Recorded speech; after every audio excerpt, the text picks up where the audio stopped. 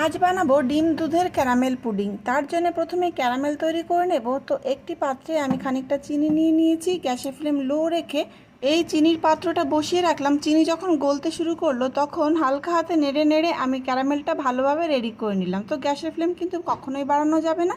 খুব সুন্দরভাবে ক্যারামেল তৈরি হয়ে গেল। এবার আমি একটি কাচের পাত্রে ক্যারামেল ঢেলে সেট করে নিলাম। এবার এদিকে আরেকটি পাত্রে আমি একটি মাত্র ডিম ভেঙে নিলাম আর দিলাম সাথে চিনি।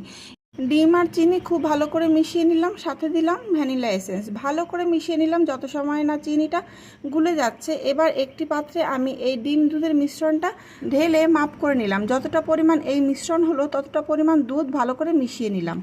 এবার যে পাত্রে আমি ক্যারামেল সেট করেছিলাম সেই পাত্রে ঢেলে কড়াইয়ে জল দিয়ে ভালো করে ভাপিয়ে নিলেই কিন্তু ক্যারামেল পুডিং রেডি। তো ঠান্ডা হয়ে গেলে একটি স্প্যাচুলার সাহায্যে সাইডটা ছাড়িয়ে নিয়ে উল্টে নিলাম। তো দেখুন ক্যারামেল পুডিং সম্পূর্ণ রেডি। তো আজকের মতো টাটা।